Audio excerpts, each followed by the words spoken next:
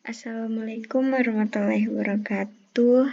Baik, sebelumnya kali ini saya akan menjelaskan tentang aplikasi inventaris barang sekolah yang telah saya buat sebelumnya.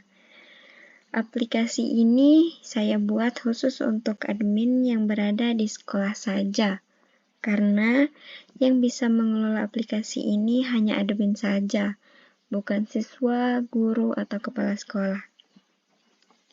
Setelah kita masuk di aplikasi barang sekolah, kita akan login terlebih dahulu.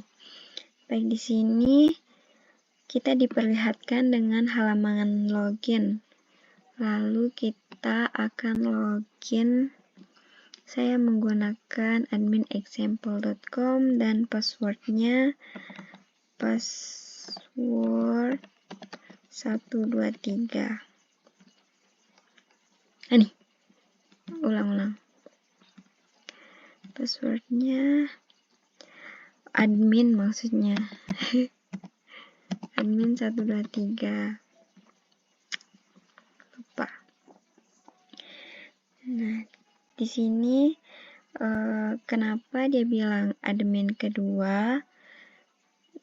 Karena sebelumnya saya sudah membuat admin pertama di exam sebelumnya, dan saya menghapus exam sebelumnya karena MySQL-nya error dan saya membuat ulang kembali.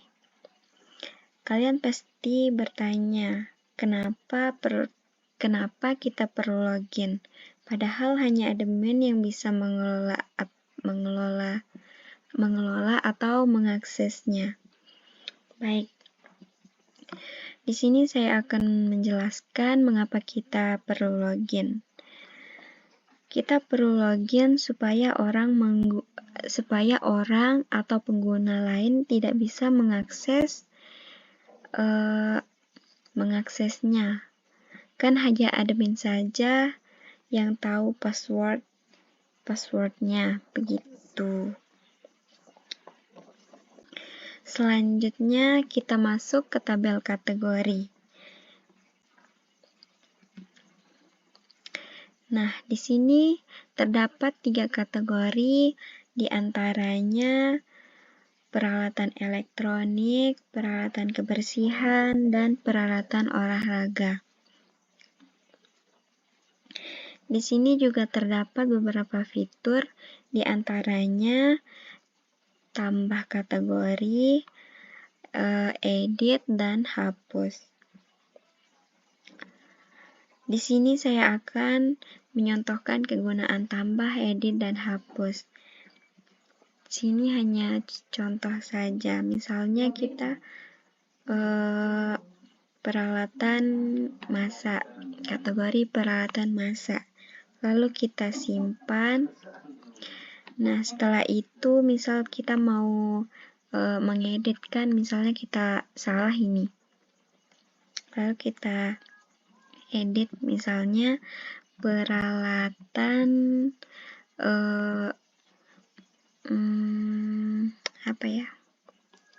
peralatan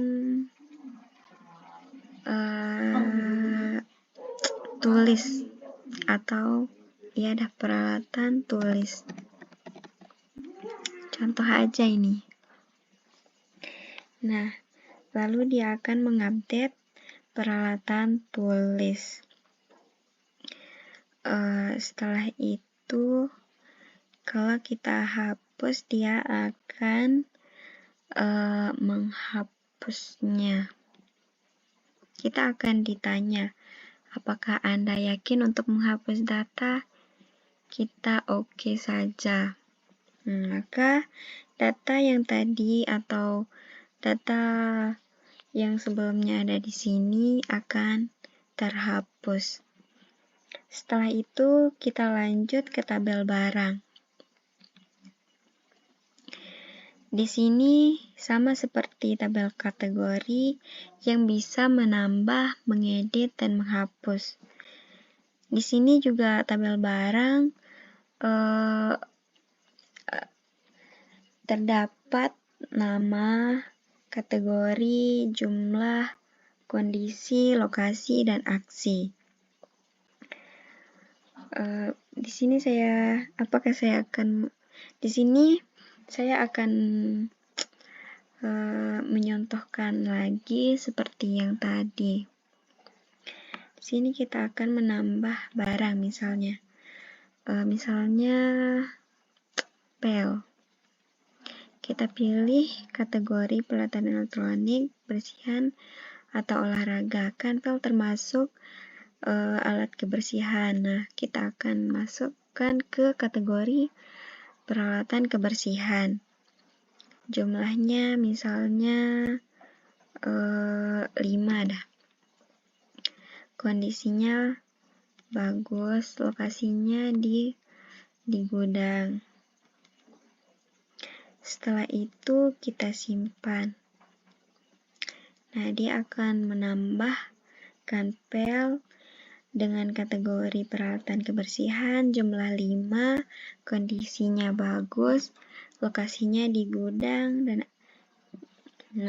lalu kita mau edit misalnya untuk menambahkan jumlahnya misalnya jadi 10. Kita simpan, maka jumlah pel tersebut akan berganti menjadi 10. Lalu kita hapus. Kita ditanya lagi, apakah Anda yakin untuk menghapus data? Kalau kita yakin untuk menghapus data, kita oke saja. Setelah itu, kita lanjut ke tabel peminjaman. Di sini sama seperti tabel-tabel sebelumnya, bisa menambah, edit, hapus. Tabel peminjaman terdapat barang, peminjam, jumlah, tanggal pinjam, tanggal kembali, status, dan aksi. Nah, di sini saya akan menyontohkan misalnya ada orang yang mau atau siswa yang mau minjam barang sekolahnya. Contoh ini.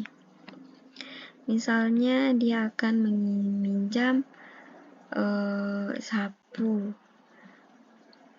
Nama peminjam, contohnya siapa? Suaibatul misalnya. Jumlahnya 1. Tanggal pinjam misalnya kan sekarang tanggal 18. Berarti misalnya tanggal pinjamnya tanggal 15 bulan 7 2025.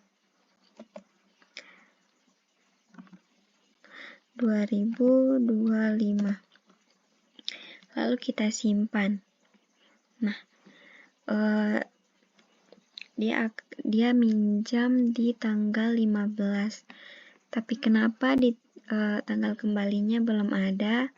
Berarti barang tersebut belum dikembalikan.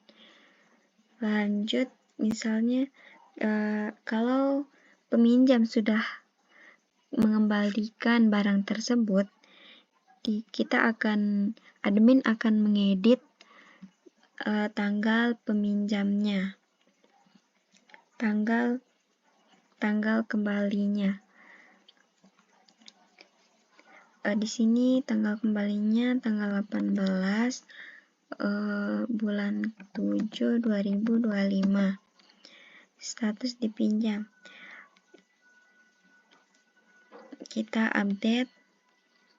Nah, barang yang dipinjam sapu, peminjam Suaibatul, jumlah 1, tanggal peminjam 15 bulan 7 2025, tanggal kembali 18 bulan 7 2025, dan statusnya sudah dikembalikan. Dan di sebelumnya kan statusnya masih dipinjam. Setelah peminjam mengembalikan barang yang dipinjam, maka statusnya akan dikembalikan. Lanjut, kalau kita mau menghapus, dia akan terhapus. Kita ditanya, apakah Anda yakin untuk menghapus data? Kalau kita yakin, hapus saja, kita klik OK. Lanjut ke tabel riwayat.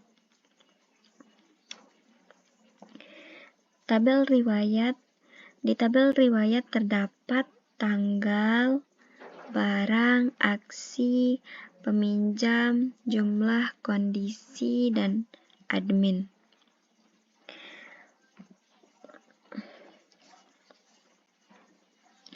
Tabel riwayat hanya berfungsi